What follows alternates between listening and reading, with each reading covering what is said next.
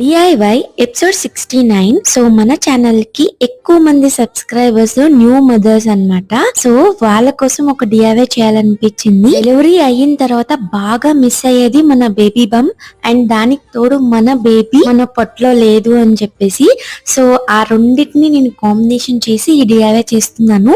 దీనికి మెయిన్ మన రిపోర్ట్స్ ఉంటాయి కదా, సో దాంట్లో 3rd మంత్ స్కానింగ్ రిపోర్ట్ లో ఈ పిక్చర్ అనేది నేను సర్కిల్ గా కట్ చేసుకున్నాను. ప్రొసీజర్ విషయానికి వచ్చేసరికి కార్డ్బోర్డ్ మీద నేను ప్రెగ్నెంట్ లేడీ ఫోటో డ్రా చేసుకొని అవుట్ లైన్ కట్ చేసుకున్నాను.